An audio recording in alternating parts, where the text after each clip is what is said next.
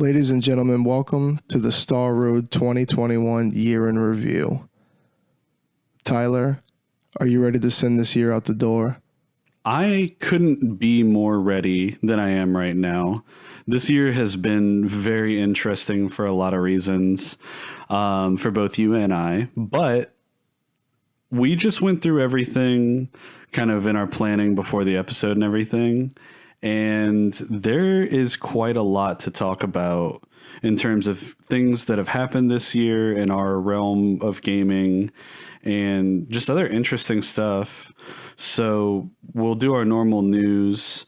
We have a sort of chronological year in review segment where we're just going to sort of go through the major releases and events that kind of were pertinent to our world and what we talk about here on this podcast. And then we're going to get into the 2021 Star Road Game Awards, which I am so excited for. I think it's going to be really, really fun. Definitely, man. Yeah, I had looked back to see what we did last year, you know? Mm-hmm. And like I told you, we had just done a top 5 games of the year. Yeah, which is straightforward, and I think it makes for a good segment. But we're kind of doing like an actual structured game awards this time. Yeah, we've got categories and everything, so I think that's going to be really fun. Yeah, I'm looking forward to it, bro. It should be a really good segment. Yeah, man. But let's start off with some news as always, Sterling. I know you have a list for us of a few interesting things. The first being DLC for Cuphead. Now, that is really exciting. You and I both love this game. And no question, dude. It's not something that I would have expected to see. Honestly, I probably would have expected to see like a sequel if they ever did anything. But the first game on its own is just a masterpiece. So the fact that they're going to be adding DLC and new content to the game excites me greatly, and it's probably something that I'm going to be picking up for sure. Yeah, definitely, bro. So that's going to be coming out on June 30th of next year. Yep. They announced that way in advance, but hey, that's pretty good because there's going to be a lot of hype on that. I mean, people are going to be getting back on Cuphead, you know. Us included. No question. But so there's now a female playable character called Miss Chalice. I thought that was pretty cool. Yeah, that's really cool. So it looks like it's going to be like its own map. And they didn't really go through everything on it, but they did mention there's going to be mountains and icy tundra, western plains. That's about all they listed as far as environments, you know. But that's going to be fun, man. We love Cuphead. The gameplay they showed just looks like more main game gameplay. Just, you know, more what you'd bosses. Expect. And, yeah, definitely. But anything added to Cuphead, we're living for. That's it. We had an Indie World Showcase, which we've covered a few before. Never too much to get into as far as a full segment, you know. But they had a few things of note. One of them being Don't Starve Together. I just wanted to throw that out first because you and I have talked about the game, about Don't Starve in general. We played Don't Starve, and I've never actually played Don't Starve Together. I know you haven't either. So that could be something really interesting to get into on the Switch potentially. It seems like a fun multiplayer experience just playing it single player, you know? Definitely. But that being on the Switch is going to be cool. Another game, Sea of Stars. Mm-hmm. A game I might have mentioned before, The Messenger on the Switch. Mm-hmm. This is, you know, same company and surprisingly same universe. I thought it was cool that they're making an RPG in the universe of The Messenger. Yeah, that's interesting. With a soundtrack done by Junichi Masuda. I might have brought the composer up before. We're talking about Xenoblade Chronicles 2. Yeah, that's awesome. I mean, he's done so much stuff even before that. Oh, absolutely. Yeah. But so that was really cool to see that name attached. Mm-hmm. And then The Messenger is an incredible indie game. So it's funny that I mention Golf Story all the time. I bought Golf Story and then The Messenger. That was like the first 2 Switch indies that I dove on. That's awesome. So yeah, so you'll be likely interested in this game. Definitely. I'll be playing Sea of Stars. A game that I saw that was really, really interesting, man. I've heard a lot of good things about Chicory, A Colorful Tale. This looks like a pretty nice, cozy little indie game where painting is the mechanic, it seems, like coloring. You're on like a blank black and white, scenery, and a big part of the gameplay is like coloring your environment. That's pretty interesting. Game really stuck out to me. I've been thinking about pulling the trigger on it for $19.99 on Steam. So that's one. I think it was up for a Game Award or two, actually. And that's where I actually found out about it from. I think I saw that on the Game Awards, and then it was on the Indie World Showcase. Yeah, that sounds interesting. So yeah, we had a few interesting things pop up, man. Moon got a Steam release. I know I'm hype on this. Yeah. You actually were showing me this, and I actually have picked up an interest in the game. And then I mentioned that to you, and you just went ahead and bought it for me on Steam ridiculously. Yeah, so we're speaking currently with you being an owner of the game. Yeah. So that I have no excuse but to play it. Yep, no pressure though. But I'll tell you what, I texted you about it, man. On the 16th, I'm just scrolling through the Steam specials randomly. I mean, no particular reason. And I see Moon on sale. And I say, oh, what is this? I click it. That was the day. Same day it had released. I think it was like 3 a.m. Yeah. Based off of like the developer update post. It was like 3 something in the morning that it dropped. So that's couldn't be happier. I mean, to see Moon on PC. I've mentioned it before. We knew these were going to be the street dates for PS4 and PS5, but they didn't mention Steam being involved. But definitely picked that up as soon as I realized it existed.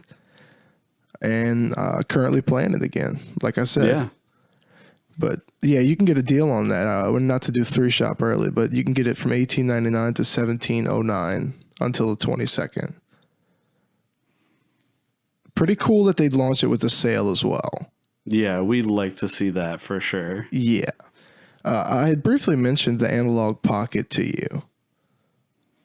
This is one of the sleekest, sexiest systems of any sort that we've seen for quite a while. Yeah, you sort of breezed past this in the review we were doing before hitting record, and I was like, I've had kind of forgotten about this, so I went and looked it up, and man, this thing looks really, really nice. It truly does, man. I remember when it was announced, and obviously I have an interest in Game Boy, so this really caught my eye. But now it's officially out, so that came out on the 13th of December. People have had these pre-ordered for quite a while. Yeah. And like we said earlier, when we were talking about it, these are done in like a pre-order batch situation, kind of like the Steam Deck is. Yeah. So if you got one now, you might not get it till either Q4. Like if you pre-order now, you might not get it till either Q4 of this year or possibly 2023, depending on how the batches fall. But if you have Game Boy games and you don't have a way to play them right now, this is going to be your most efficient route to doing that for sure. It is a little bit expensive at $219. I mean, not expensive for what it is, but expensive for us who already own the means to play these games, right? But I think if you're between this or like getting a used SP, I would probably gravitate towards this now, knowing what I know about everything, just because the console itself is so nice. And you have to consider, a lot of people want original hardware.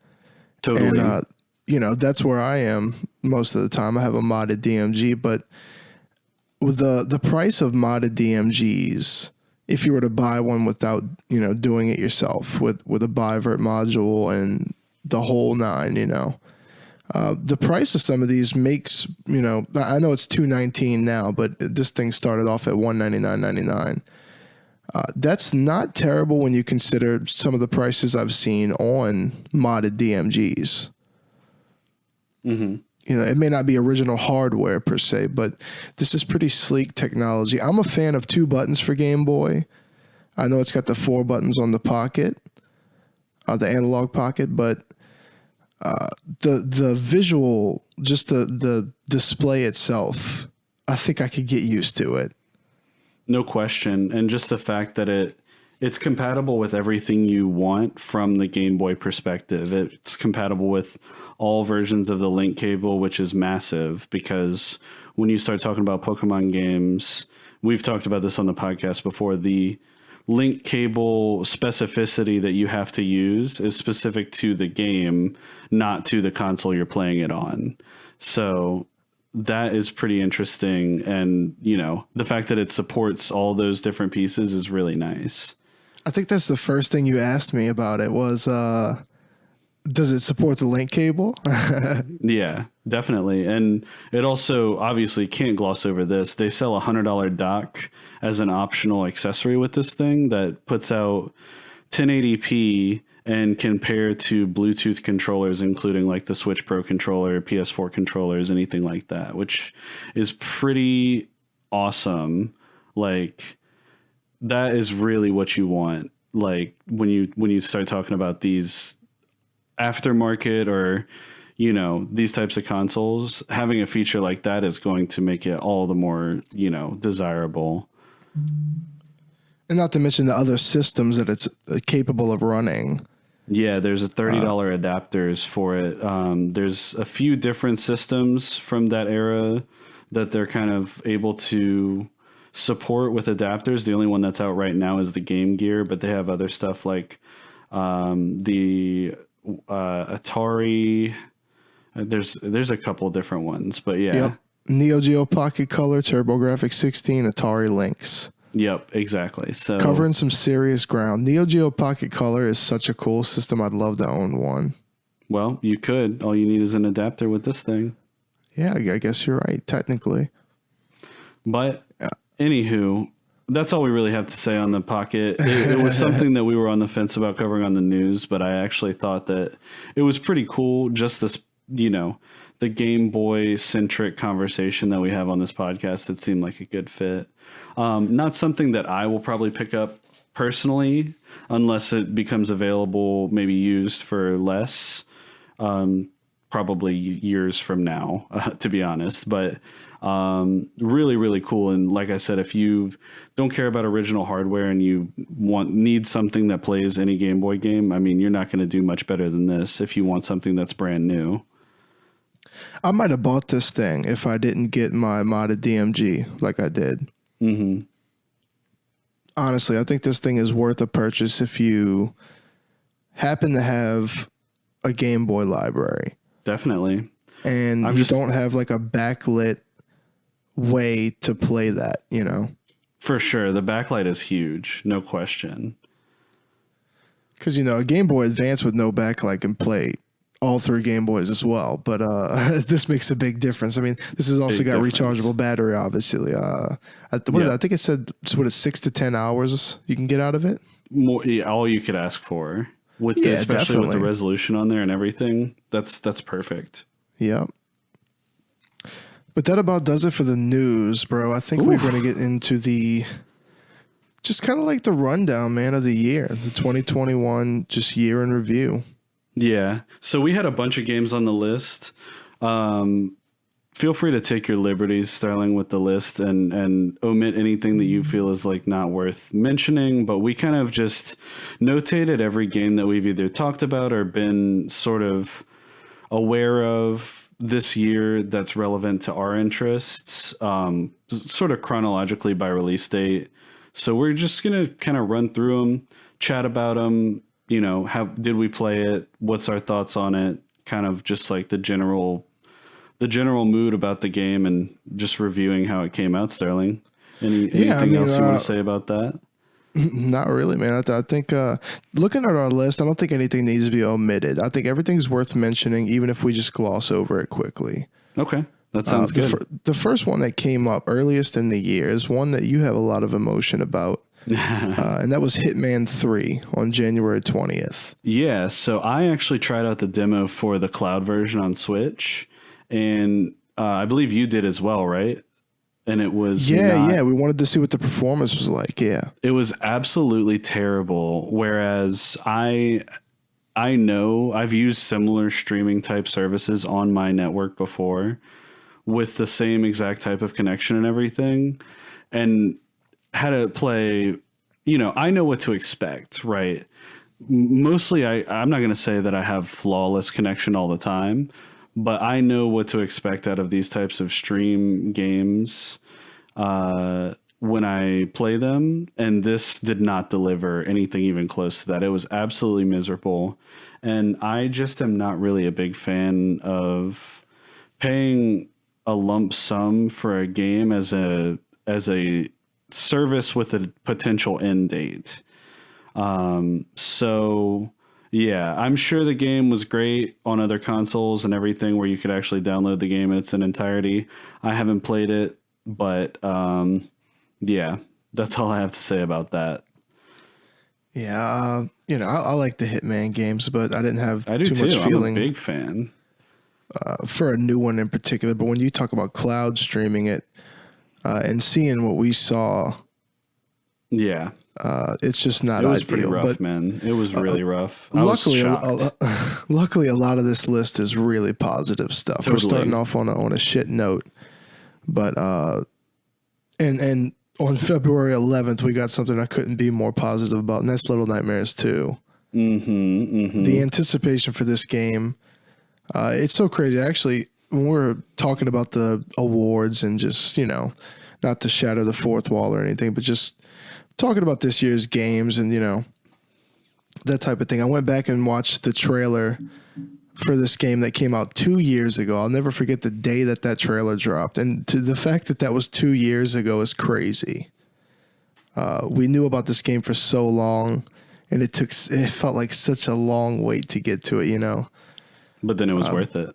But that was a big milestone in 2021. Was the day that released, man.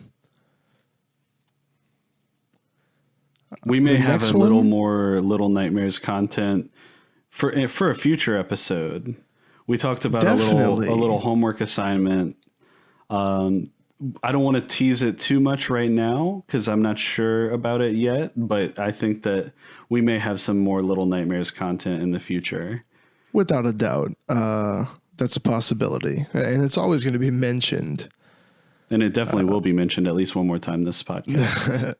Now I remember the bank getting hit a second time the day after for 3D World Plus. Super Mario 3D World Plus, Bowser's Fury. Yeah, back-to-backers on that. February was actually one of the biggest months, which seems so unusual.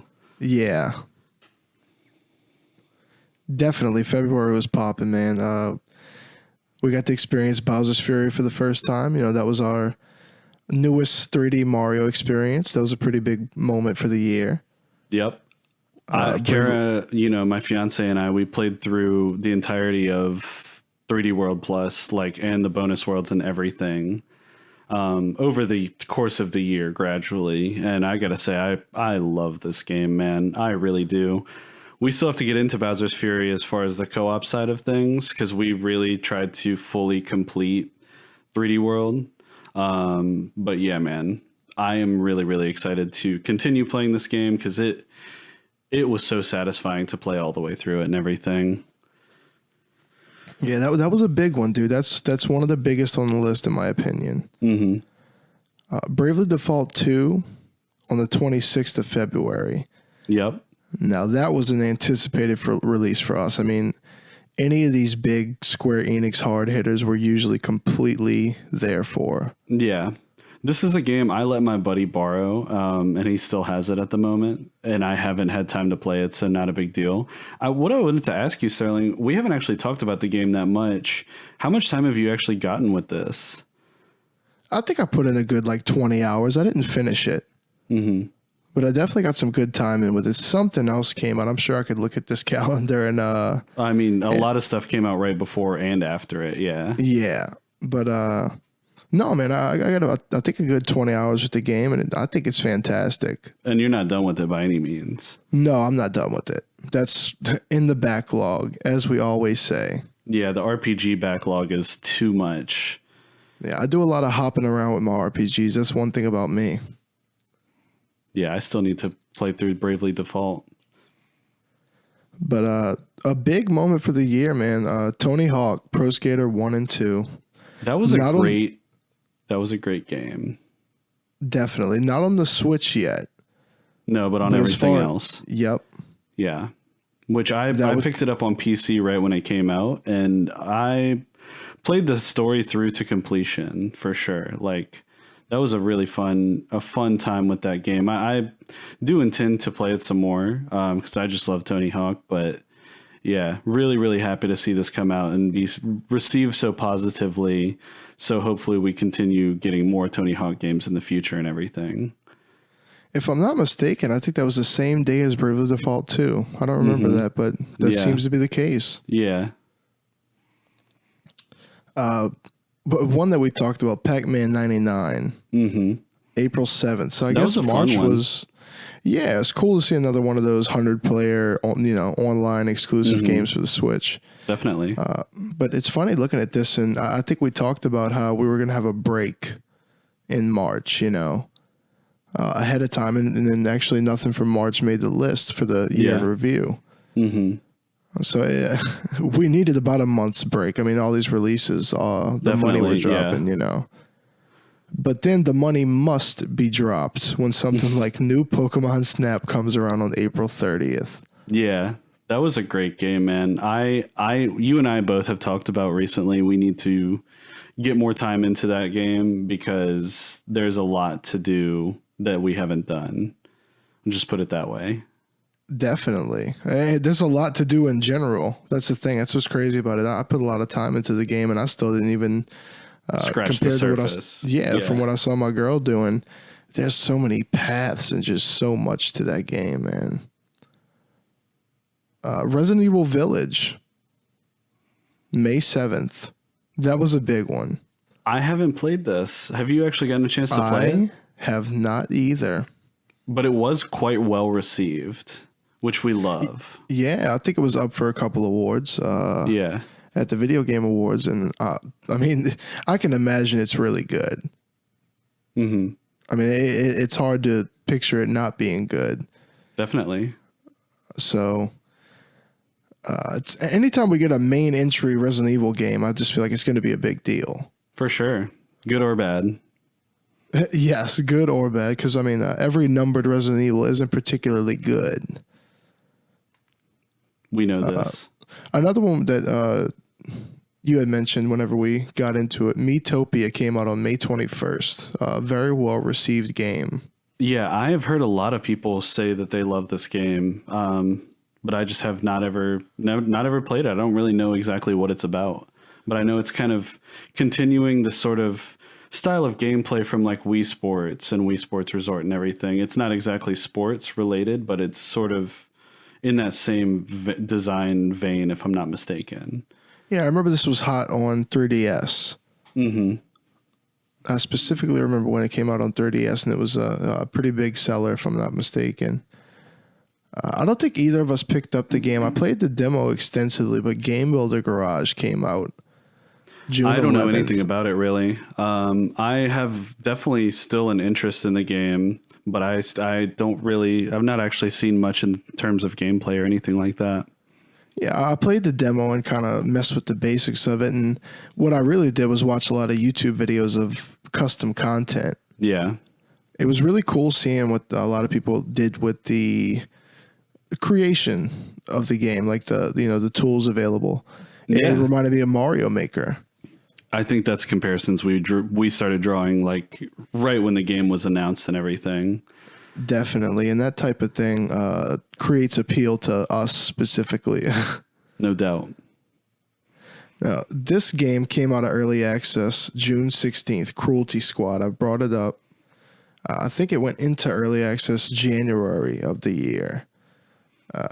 But man, what a game Cruelty Squad is. Not time to review games, but it's a very slept on big moment of the year, if you ask me. Yeah, I feel like you've put quite a bit of time into that game. I enjoy it very thoroughly. It's a lot to talk about. I would even say this game is something that one of our homework segments, which we slack on our homework a lot. Big time. but there's nothing too surprising there. No. But a big homework segment would be like you playing Cruelty Squad and us talking about that game. Like that's how intricate it is. Mm-hmm. But I'll tell you what, on the 25th of June, we got Mario Golf Super Rush. Man, my brain just enters the happy place just hearing the words. What an incredible game. Now that is a big day. We had talked about, Mario Sports goes back probably to episode 1. No question. Yeah, that's something that If I had to take a wild guess, yeah.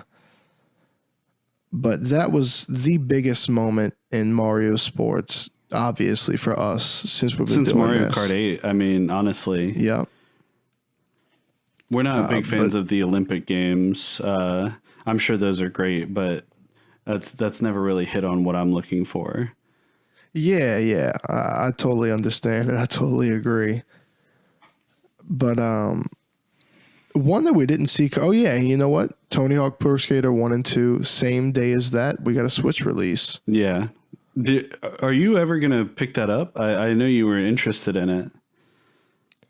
Oh, definitely. I'm gonna get it. I think I might get it on PC instead, though. Seems reasonable. But then again, I don't know, man. We always wanted it on the Switch. That's where it's gotta happen. I don't know. Can't go wrong either way. Might go ahead and just get it on sale on both. How about that? But it was one that we didn't see coming really. On the 30th of June, Doki Doki Literature Club Plus. Now, we wouldn't have really seen this coming from any direction. Nor and that's by design. The whole Doki Doki thing is to do things that are unexpected. So to launch, I guess you're right. Yep. To launch a content update out of nowhere with a new Switch version that's a plus version with new content, I feel like I just kind of stumbled over myself there, but it's pretty sweet. I haven't played it. I really want to play it blind with my fiance and have her just experience it for the first time. That is going to be something that's so great because she has no idea what takes place in the game. Yeah. Definitely it's going to happen at some point. Yeah, it's going to happen at some point. I thought it was really cool. I still want to get it on Switch to see how certain things in the game are applied on the Switch. Correct. I'm so curious about that.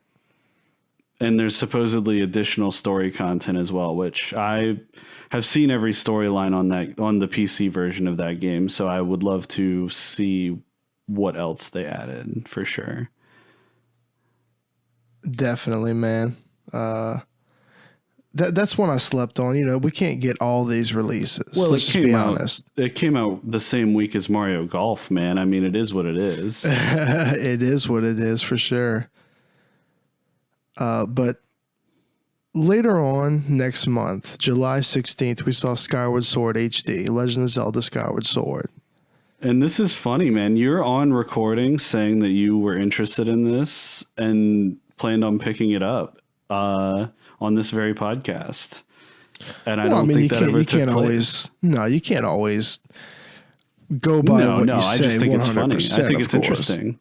Yeah, definitely. I was interested and I still am, but it's one that just got overlooked, man. I didn't pick it up. For being a canon main series Legend of Zelda game, you would think that the interest would be higher. From me, I mean, I know you have interest and just haven't made it to it yet, but I don't know. There's something about just the Wii mechanics part of the game that make me just shy away from it, if that makes sense. I like the way they were talking about the Joy-Cons. That was a big draw to me, really. I hadn't played Skyward Sword and still haven't. But just the way they had the Joy-Cons, like one's a sword, one's a shield, that's kind of cool. I kind of wanted to see what was up with it.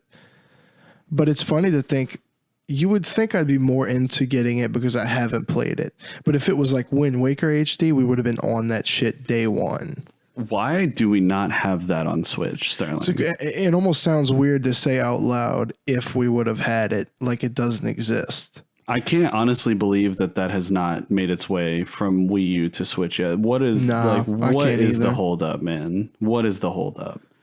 I mean, really, we're talking about from GameCube to Switch, but to see it Well, we're talking modernized about the and HD then not brought remaster over. in specific. Yeah. So we've seen other like Wii U titles, but not that. That just seems like a flagship hard hitter that would, without question, sell.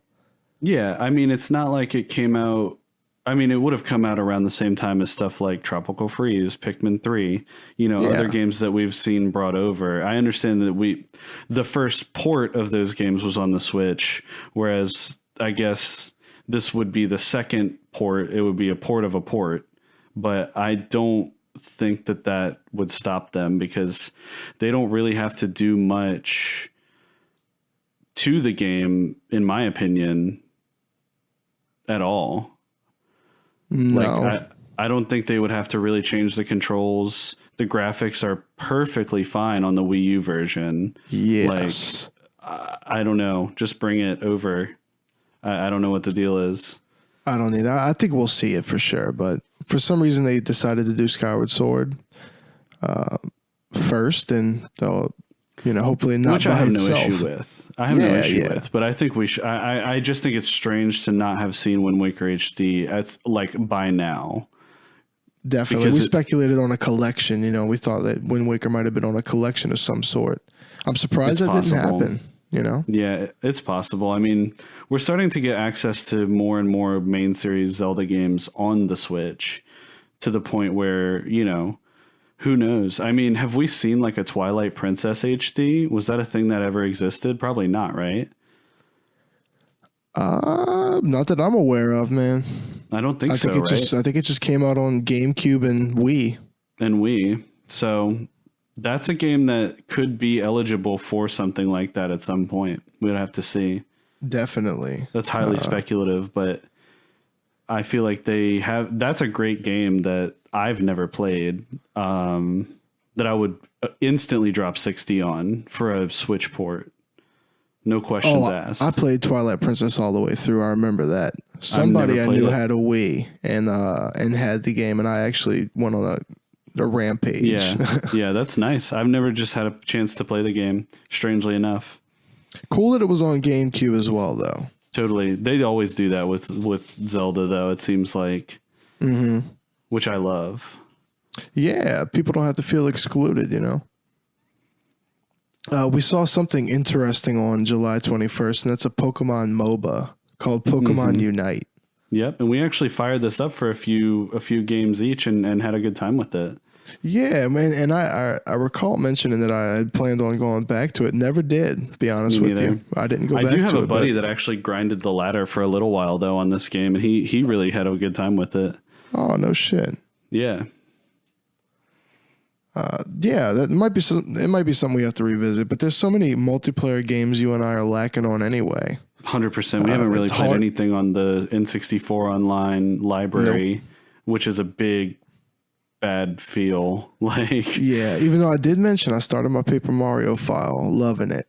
That's massive. Yeah.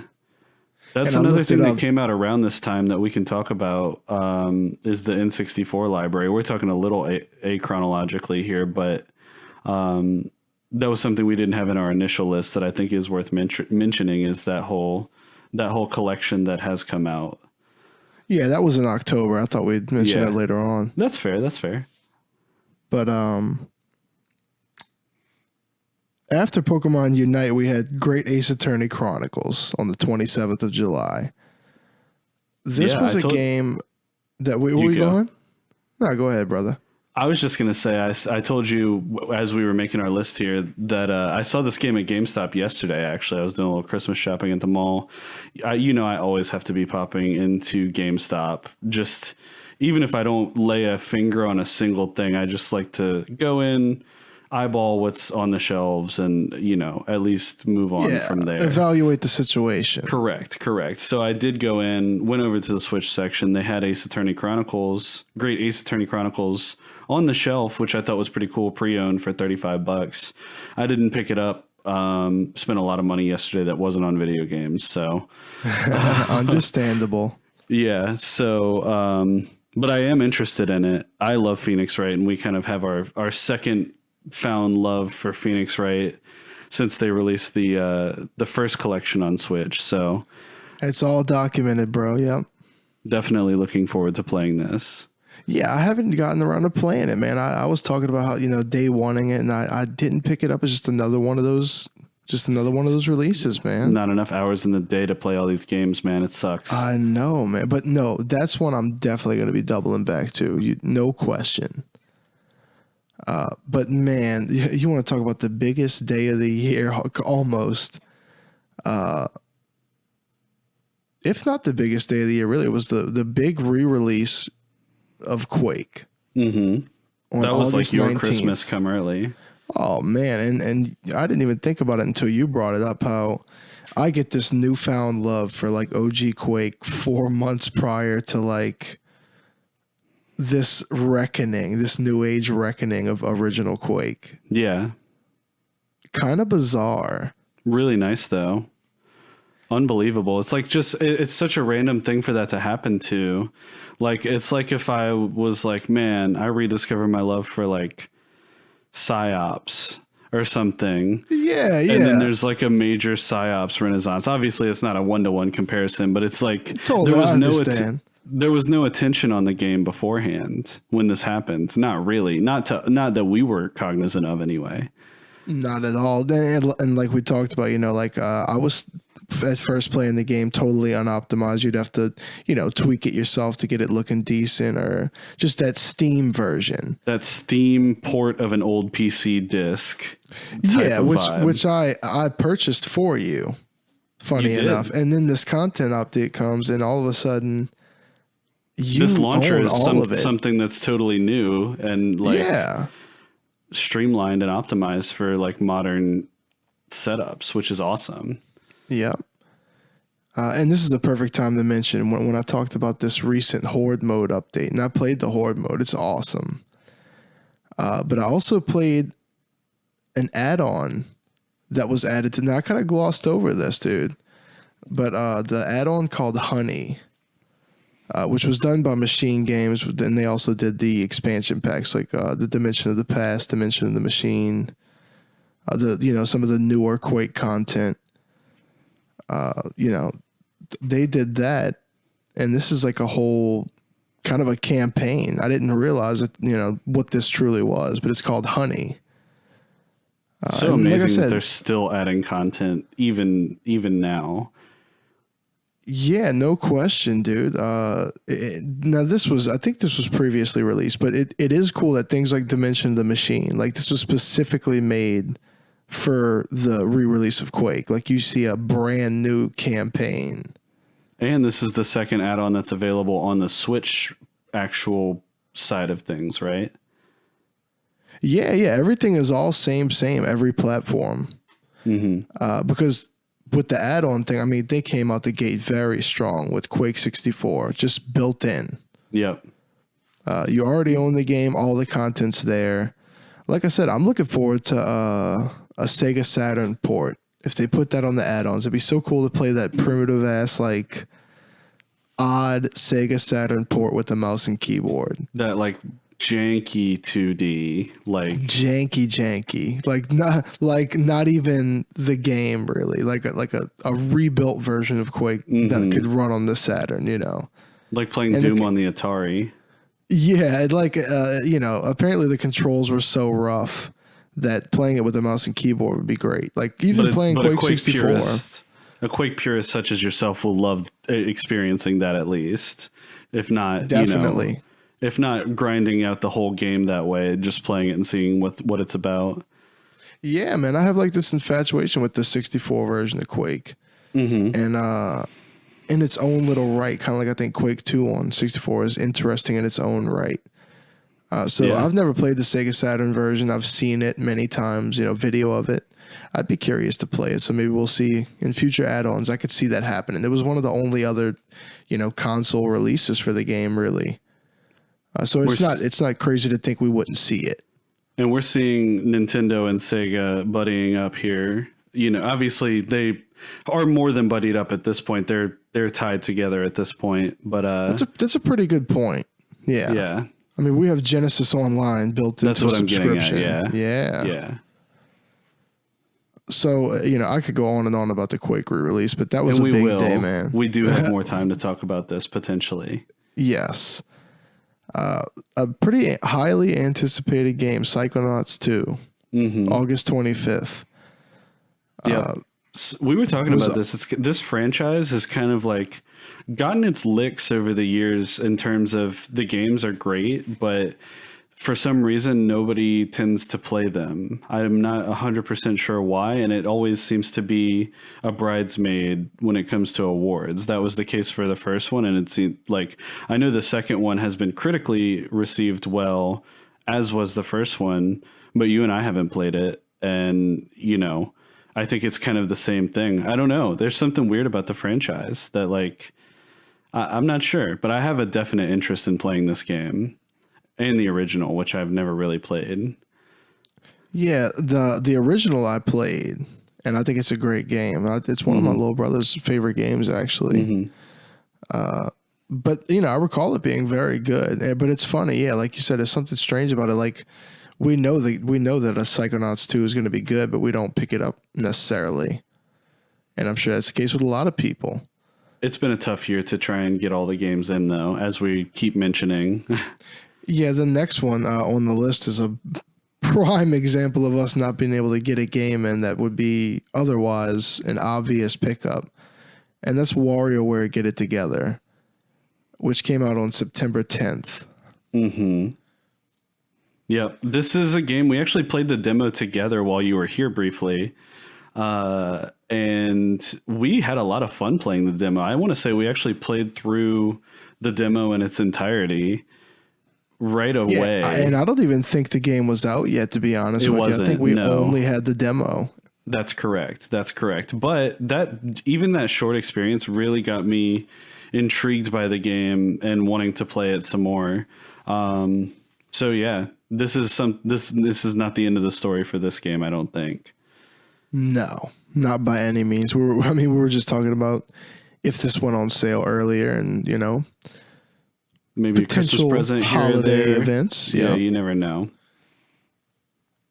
A big indie moment for the year when a game called Tome, T-O-E-M, came out on September 17th. I had been looking at this game since the trailer launched. Had a lot of stock in it, man. It was kind of like a very interesting art style take on the Pokemon Snap idea, but kind of like running around and having a camera on you. And so I picked it up and I played through it all the way, did everything there is to do. It's a fantastic game. I love to see indies come out like this. Yeah. And indies are always going to shine from this day forward, dude. I feel like it's so cool to see indie games go up for awards with big AAA titles. That really says a lot. I agree. That's what we're all about here on the Star Road podcast. No question. On September 23rd, we got two pretty decent sized things. The Castlevania Advance Collection, which everybody loves, and Diablo 2 Resurrected. Yep. Which is pretty hype as well to have that on the Switch. It was about time. I think they did something with some older Diablo, honestly. Definitely. Now, on October 5th, this is a big one, Tyler, because we talked about it a lot, and we both were early adopters of Super Monkey Ball Banana Mania. Yeah, so crazy. This game, it's got a subset of people that care about it, right? Not everyone is going to be the biggest Monkey Ball fan in the world, but we love this game. I have been playing this on and off still since it came out. Obviously, it's tough to pull Pokemon out of the Switch, game card slot these days. Oh, you ain't lying. But this game has been in heavy rotation for me, and it's something I anticipate continuing to pop into play for quite a long time, because I don't see myself completing the game maybe ever. Like, there's so many freaking levels in the game and so much stuff to do. Like, A problem you love to have. Absolutely. Absolutely. So yeah, love that game, man. I haven't gotten near the time in that I've wanted to with it. And it is top of the backlog. Definitely one of these days I'll be killing that shit for days, you know. That's one of the things I love about the game, though, is you don't have to play it for very long. You can pick it up, play it for 20, 30 minutes and have a great time, you know. Definitely, it is quick fun, man. I'll tell you what. The 8th of October, not only was it a big day for Metroid Dread, and there's a lot to talk about there, but it also was the same day that the Switch OLED came out. Yep. Those two things were advertised in conjunction with each other as well. And no other releases came out that day for the Switch either, which I thought was interesting. It deserves its own day for sure. But I know that it would be dumb or foolish to have anything else become available that day. People are going to be dropping, close to $500 potentially on that day. So to think they'd drop another 60 might be going a little too far. So Metroid Dread stood alone that day. Apparently it sold very well. That's really good to hear. Definitely. I was hoping to hear that. Mm-hmm. But pretty big day for the system, big day for Metroid. I think you can most certainly count on some type of Prime game before Prime 4. I really do think we're going to see an older Metroid Prime or a collection. People want a collection, Even if they just had the first Metroid Prime just in some type of remastered or, souped up ported state. I think that'd be interesting. I would love to pick that up because Prime that was a game Prime that I played. Is everything, dude. That was a game that I played through rental only. I played the first one a decent bit as a game rental, and then I never played it after that, really. So I would love to get some more time with that franchise, under my belt. Even if it is just Prime 4, I'll be picking that up for sure. Yeah. The first Prime I owned on GameCube. I would really love to see that come to the Switch. That'd be a day one, no question. I'm on that.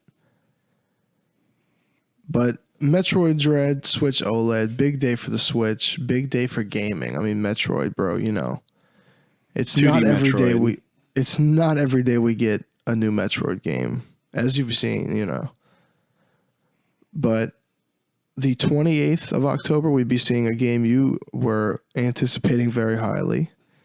Age of Empires 4, and also Dusk came out on the Switch. Yeah, AoE 4, I've seen gameplay of it. It looks absolutely incredibly fun. I've not purchased the game yet, but I will be doing so before too terribly long.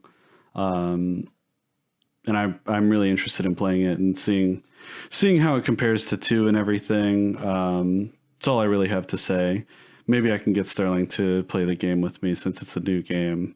I know we used to play AoE 2 back in the day a little bit. It's quite a time-consuming game to play from like a PvP perspective, but it could be pretty interesting, especially if the Game Pass comes to Switch, or if we both end up getting Game Pass for some reason, despite the fact that neither of us, I mean, you have an Xbox at your house. I don't have an Xbox at all, but this game is available on Game Pass for the PC. So,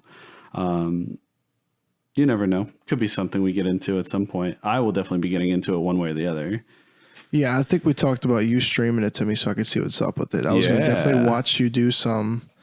That could be fun. That could be some very messing fun. around, and then maybe I'll pick it up. But Dusk on Switch, that would be a big impulse buy since I have it on PC and I've played it quite a bit. But I definitely will pick it up on Switch eventually, for sure. Yeah, maybe when it first starts going on sale and stuff like that. Yeah, I'd like to support the developer. I hate to wait for a sale, but hey, man, I mean, if you already own a game, usually a sale butters it up for you enough to own it elsewhere, Absolutely. Now, I know you'd love to see a sale on Mario Party Superstars, which launched on October 29th. Because we were just talking about this earlier. We were. Yeah, that was the one thing I had to say about the game. My fiance loves Super Mario Party on the Switch. That's like pretty much her preferred party game out of everything we have when we have company and such. So I would love to pick up Superstars, but I don't see myself dropping 60 on it, knowing that it's just maps from N64, and that doesn't really matter and everything. But it's a game that I'll pick up when I see it on sale for sure. I really like Super Mario Party quite a bit.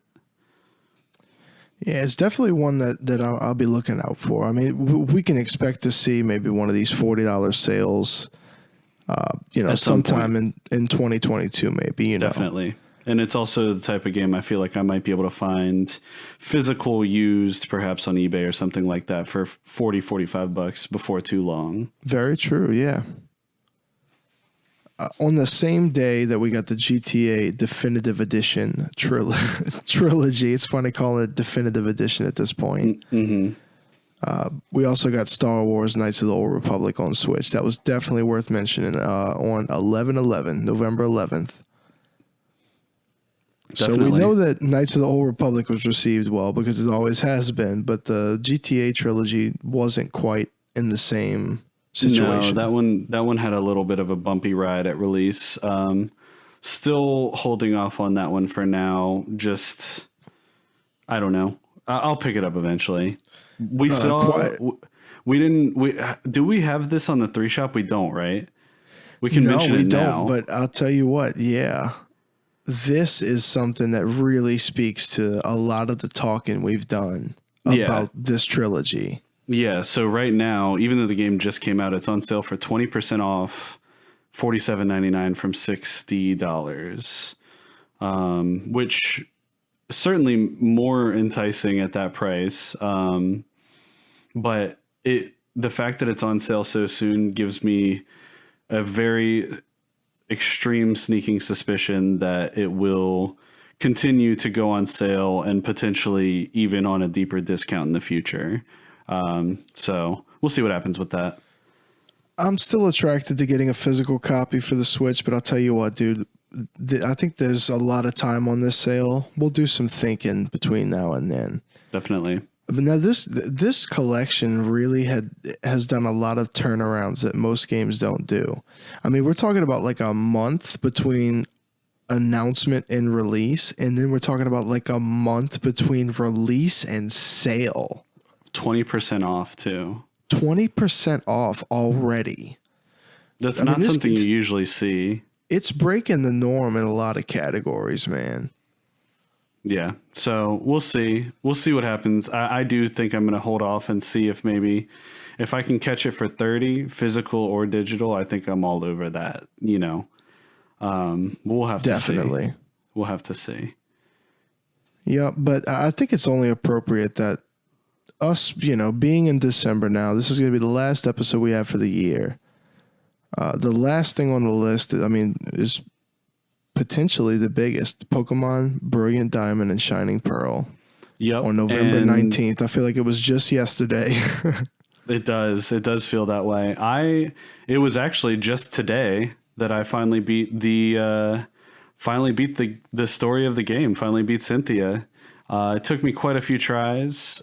She is extremely difficult. That Garchomp is something else.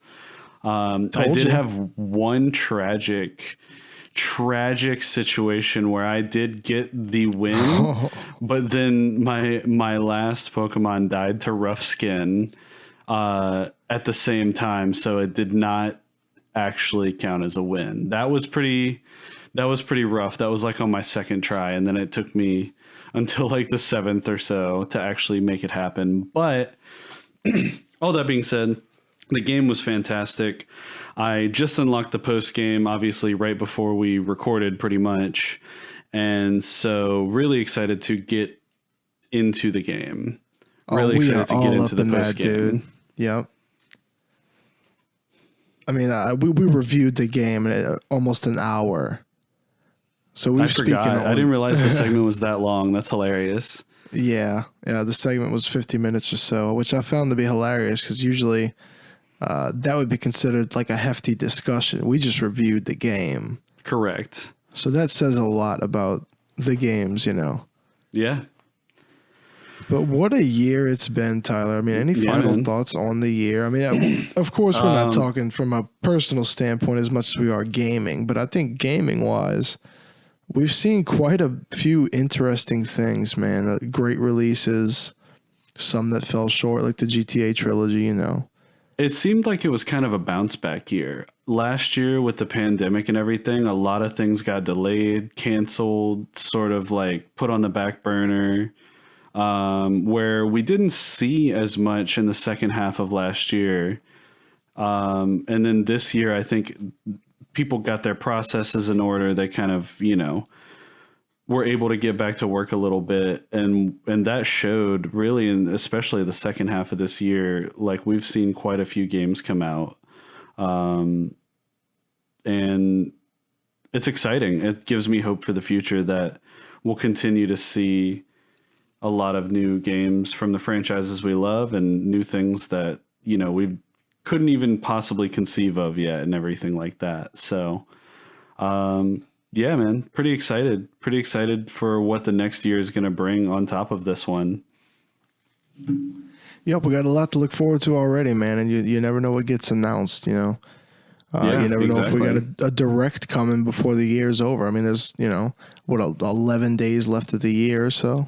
You never know. They love to drop these things, and especially in the first month of the new year, it's even more likely, or I really think we'll see something soon. It's been a little while since a big direct, so we'll have more content coming up, guaranteed. That's a big definite, bro. But are you ready to get into the Star Road Game Awards? That's the question. I've never been more ready for anything in my life.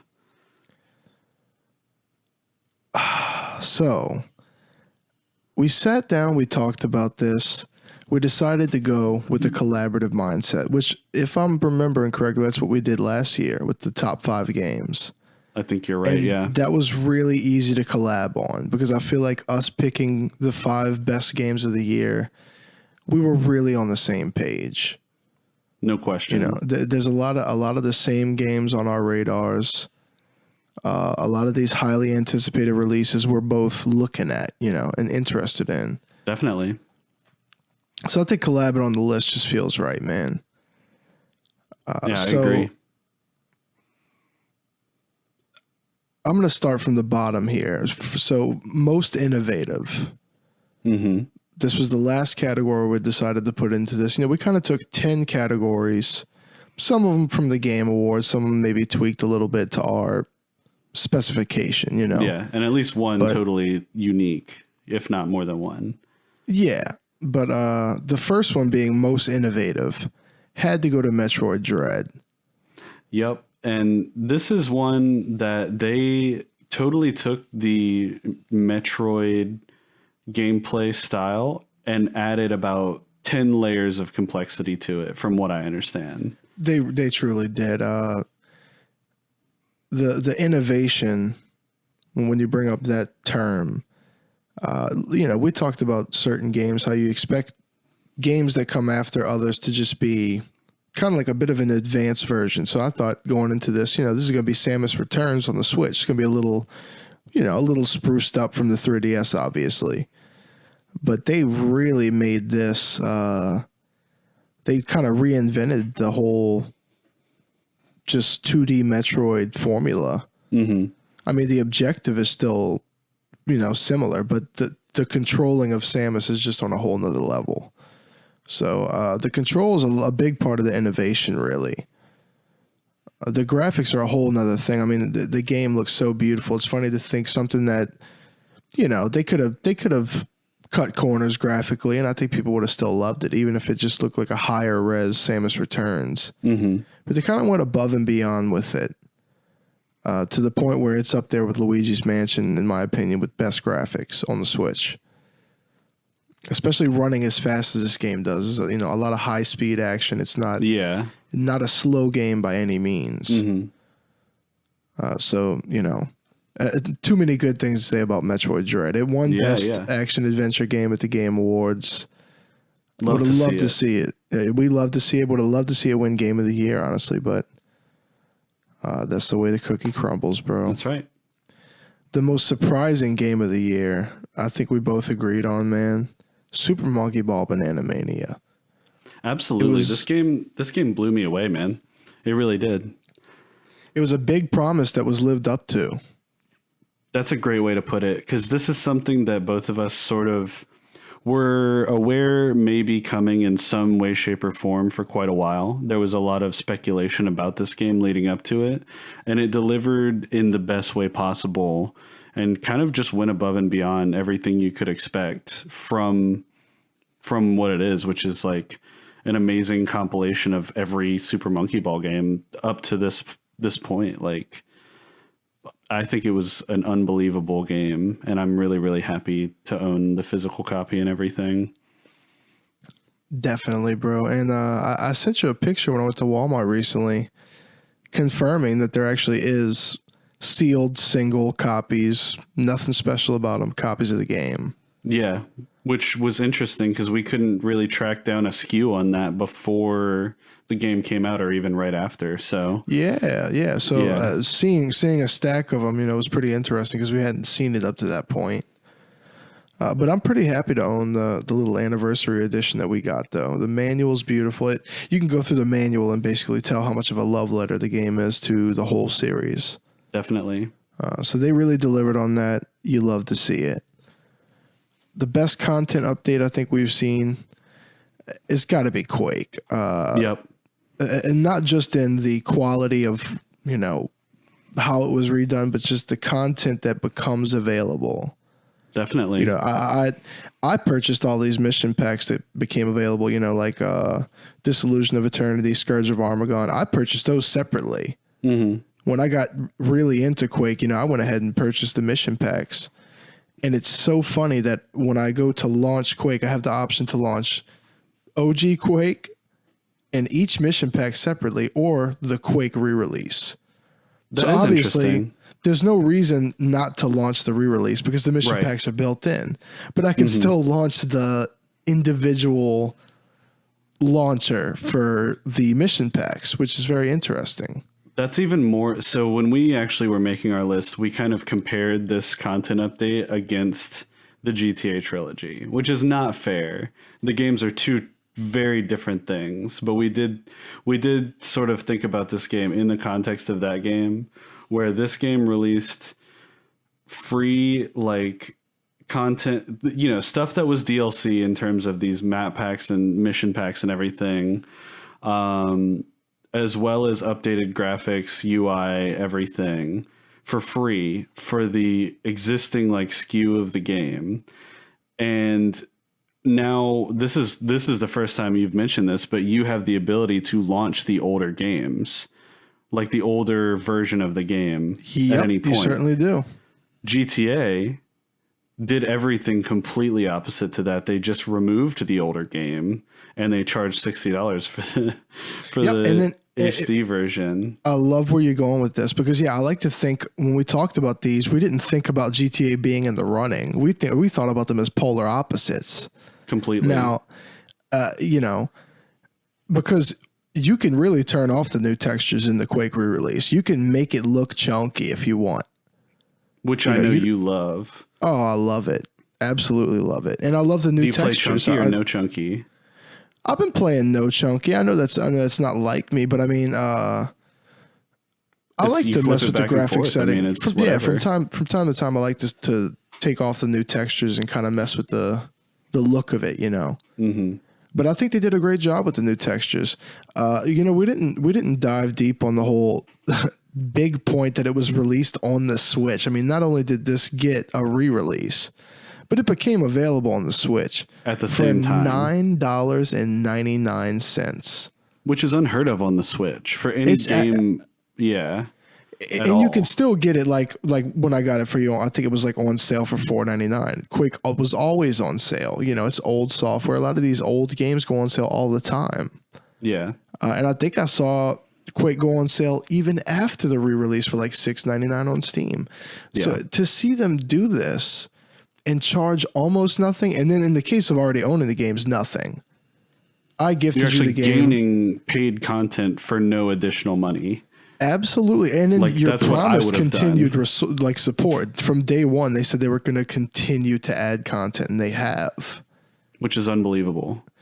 So yeah, putting the $60 price tag on something like the GTA trilogy, and then seeing like how accessible and cheap the Quake re-release is, man, they're coming from two totally different hearts. Totally. And obviously it's tough you can't really compare the two in terms of, the types of games that they are and the notoriety of them, I guess, but it is funny to juxtapose the two and see how the approaches were different.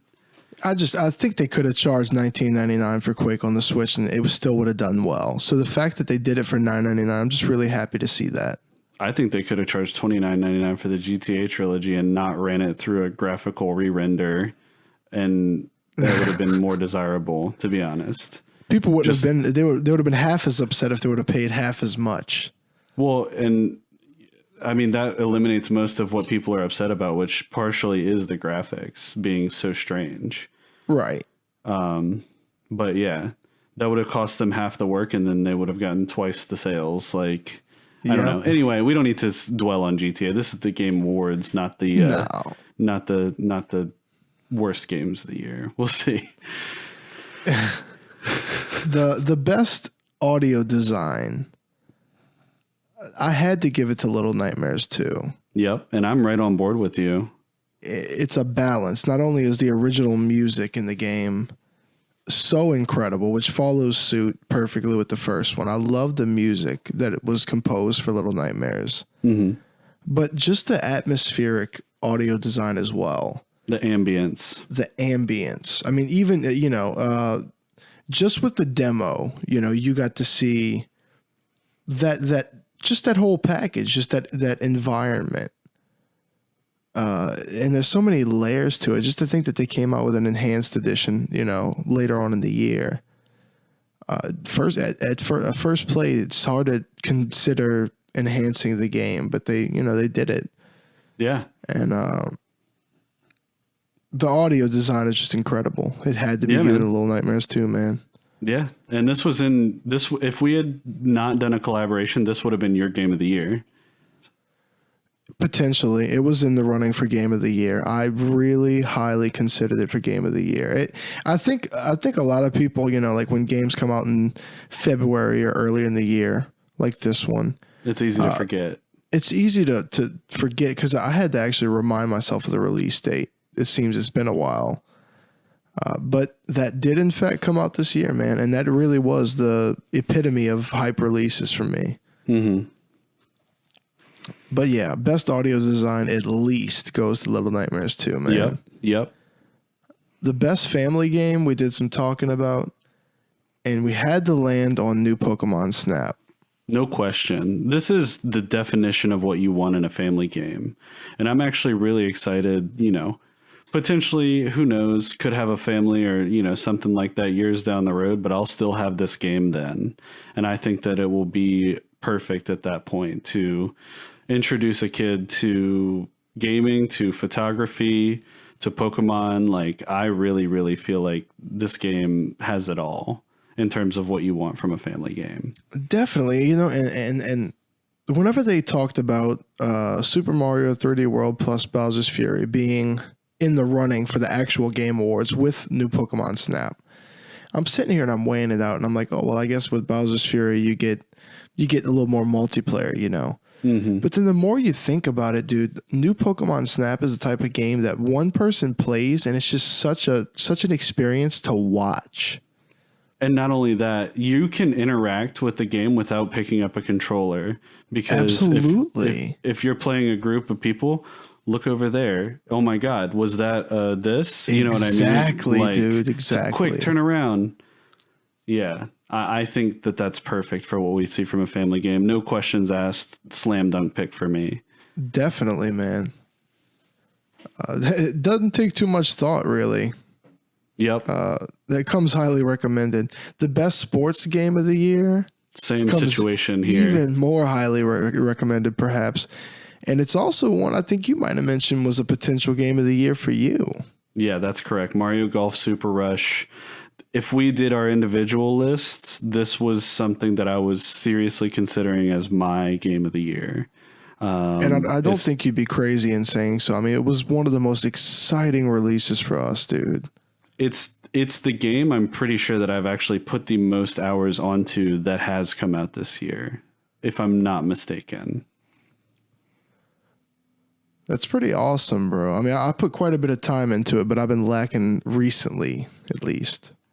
I love it, man. I love it. And part of it is we host friends and stuff too, and everybody loves Mario Golf. Like we love I have a few friends that come over on a regular basis, and we get Mario Golf in pretty regularly. So it's a great multiplayer game. I feel like when it comes, like, if we would have done best multiplayer as like a category, probably would have went to Super Rush also. Yeah, no question. The best RPG. I don't think it's any surprise that it came from Square Enix. Nope. But we had to land on Bravely Default 2. That's right. We were so excited about this. We got 2 demos for it. The hype was just all over. We both got it. It's just it's everything you could ask for out of a Square Enix RPG. And then not to get too much into it, but triangle strategies on the horizon. Same situation. Yep.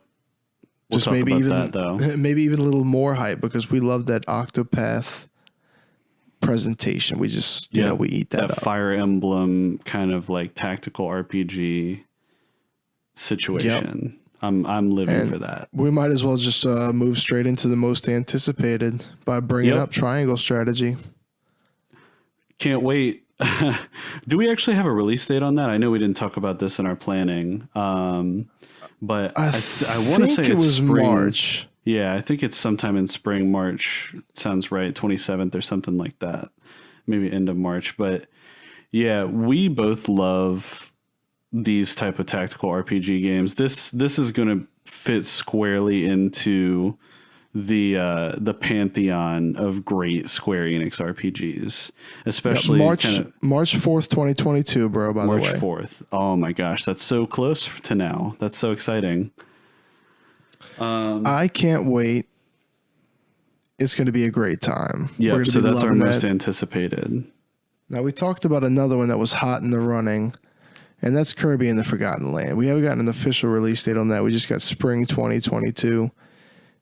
That is highly anticipated. No question. There's something about that game that I can't get it off my mind. After seeing the initial trailer, I just keep thinking about it all the time. I don't know if that's strange. Not at all. I mean, it's a Kirby experience that we yearned for, bro, that we just didn't know. Yeah. We had to be shown. We had to be shown what this was to want it so badly, 100%. So really excited for that. The Kirby fans, dude, they don't want for much. Okay, like you could do a remake or just a port of an old Kirby game. We're happy to see easy to please expansion like this. As far as scope, and see like a Kirby Odyssey per se. Like that's pretty cool. No question. Best debut indie. It's so rough to pick this when there's so many good indie games that come out. Mm-hmm. I had to give it to Cruelty Squad. Yeah, man. And I was happy to see it because this is something that has captivated you since it's come out pretty much. And I know you were hotly anticipating it from the start. Definitely. Shout out to Tome because Tome could have been on here. I just want that to be known. It was a rough cut. But considering the early access and the launch later in the year, Cruelty Squad is just a game that I think everyone should experience. I don't think it's a game everyone will understand necessarily, but it's an incredible game. And, it's got to be for me to take it above some other indies.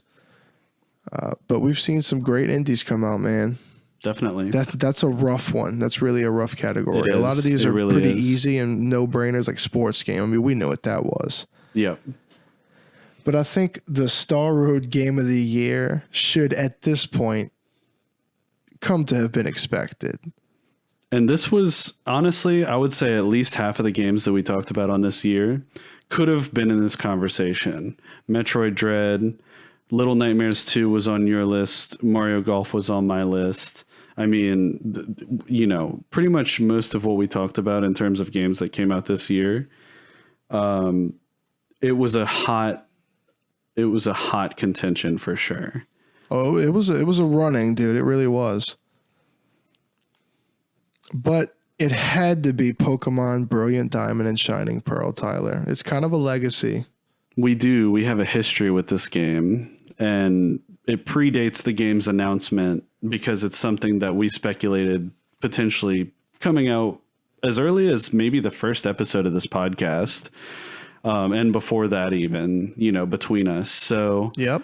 The fact that it came out and was so unbelievably good in terms of the things that we care about, the story, the music, the graphics, the gameplay. I mean, it hit on everything that we want. I don't care that it can be a glitchy mess if you know how to exploit it. That makes literally 0% difference to me. The actual story gameplay experience was the best thing I've gotten from a Pokemon game since, I would say, it, conservatively X and Y, not conservatively, just going back to Diamond and Pearl, the originals. So yeah. That's high praise, and I think it's deserving because the gameplay of this game was outstanding.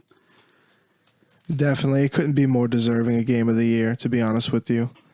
And you said it earlier, it's one that's like really hard to take out of your Switch. I still haven't taken it out since we've gotten it. Me neither. Not really. And that's rough. I've been wanting to play Metroid Dread. I've gotten on the brink of getting on, but post game is just like a whole new beginning for these games, man. You just gotta love it. Like yep. You finish it and then you're overwhelmed with what to do. Correct. Like I want to start breeding, amazing. But then I want to start, messing around in the underground. It's a tough game, it's a tough game balance. Choosing what to do. No question. But I love being overloaded on shit to do because whenever I boot this game up, I just feel at home, bro. And I think you feel the same, really. It's Pokemon, man, and it's classic. It feels so classic compared to something like Sword and Shield, which was a nice game, but it had a lot of modern touches that made it feel a lot different than what this game is and how it hits us. I think it says a lot about us that last year, the game of the year was an Animal Crossing game. This year, it's a Pokemon game. Yep. Maybe next year it'll be a Mario game or a Donkey Kong game or a Metroid game or the Kirby. or Kirby or another Pokemon game. We'll just have to see. Yeah, it's kind of interesting thinking about what'll be on these categories next year, bro. I know. It could be something we have no idea about right now. Yep, but I think we'll be here for it when the time comes. Absolutely. So how's that? Yeah. How's that for the Star Road Game Awards? That was nice, man. I'm really happy with our list. Obviously, it's so specific to us, but it feels perfect to our world. No question. And this is technically the holiday episode, so I guess we're going to do our little holiday 3-shop special. Yep, we got a few nice things. Nothing too crazy. There's a lot of things on the eShop in specific that we have mentioned really recently, so we kind of wanted to shy away from that a little bit. But things like BioShock, Borderlands, these types of franchises where the whole franchise goes on sale frequently, most of that stuff is on sale for deep discount right now. So I would encourage you to look at the eShop yourself and pick up a few things beyond what we're about to talk about here. Definitely. I mean, there's like almost 1,500 things on sale. Going from usually having around like 700. I mean, there's a lot of games on sale.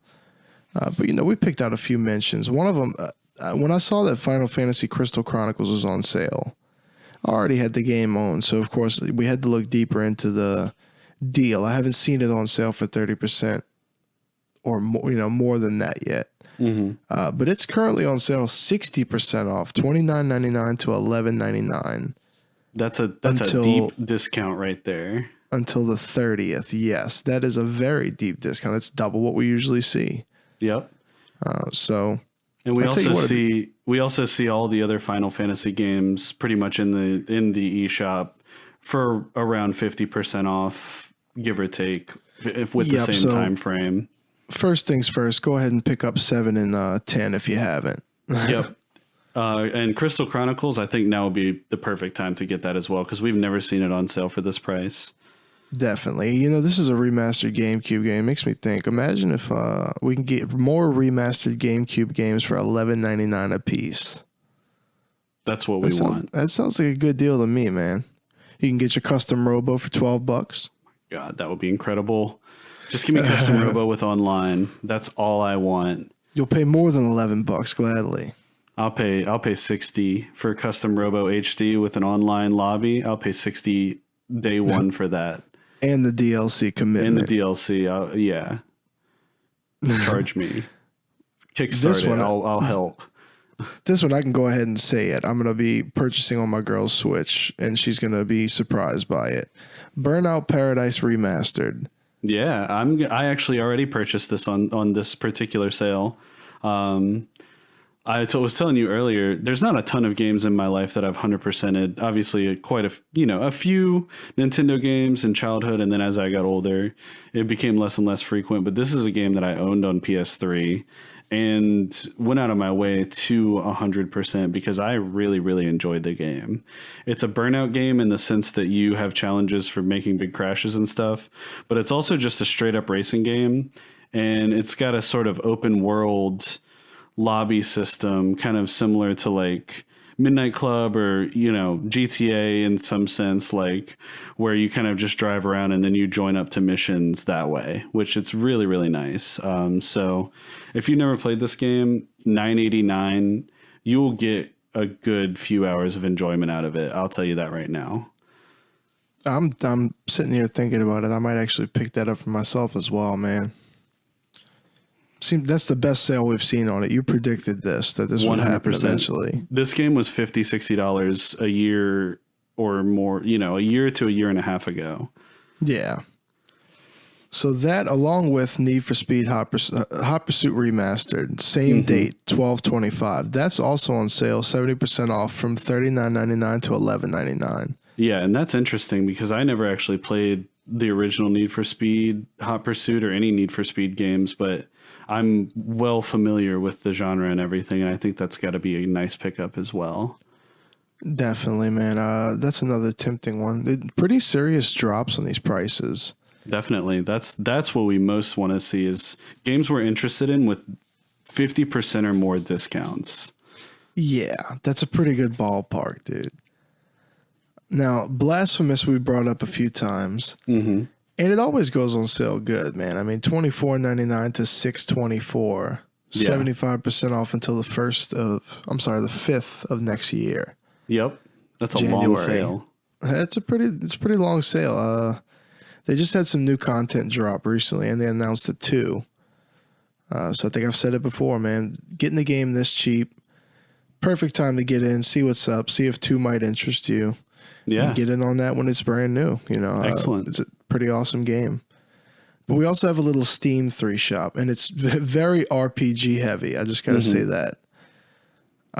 Just for the holidays, Octopath Traveler, also on PC, not just on Switch anymore.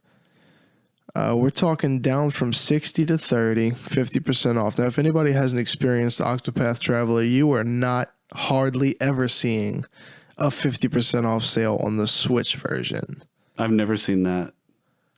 You might get it for $45, maybe $40, bottom end $39.99. But to see I think last holiday season I may have paid $36.99, and it was on like 40% off sale, and I jumped all over that. Yeah, and I would have as well if I didn't already own it. That's a big definite. Yeah, so $30. If you haven't played this game, just grab it. It's good. Yep, I brought up the Moon Remix RPG Adventure earlier. $18.99 to $17.09, 10% off until January 5th next year.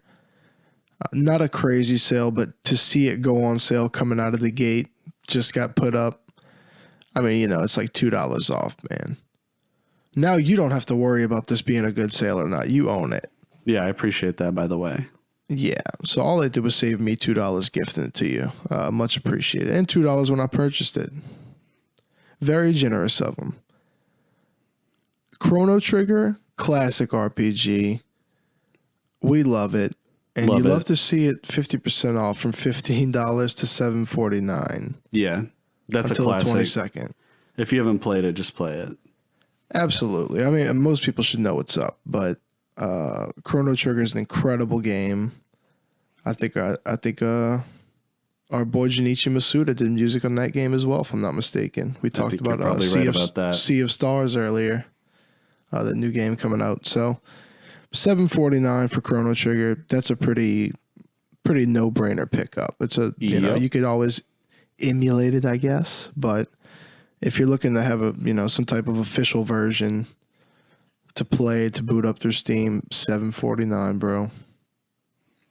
Steam and that Deck. does it for the Steam Deck. You got to think about the Steam Deck with all these Steam purchases now. That's right. And that's going to be a big thing. I mean, we could have talked about the announcement of the Steam Deck in the year in review. 100%. I mean, that was a big part of it.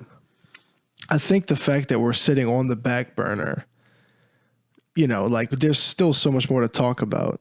It's true. And there's so much more we will talk about, especially once we have them. Yeah, but the Steam Deck was one of the biggest things that we heard any wind of this year, man. No question. But easy as $5 to put down on anything that I could possibly think of. Yep.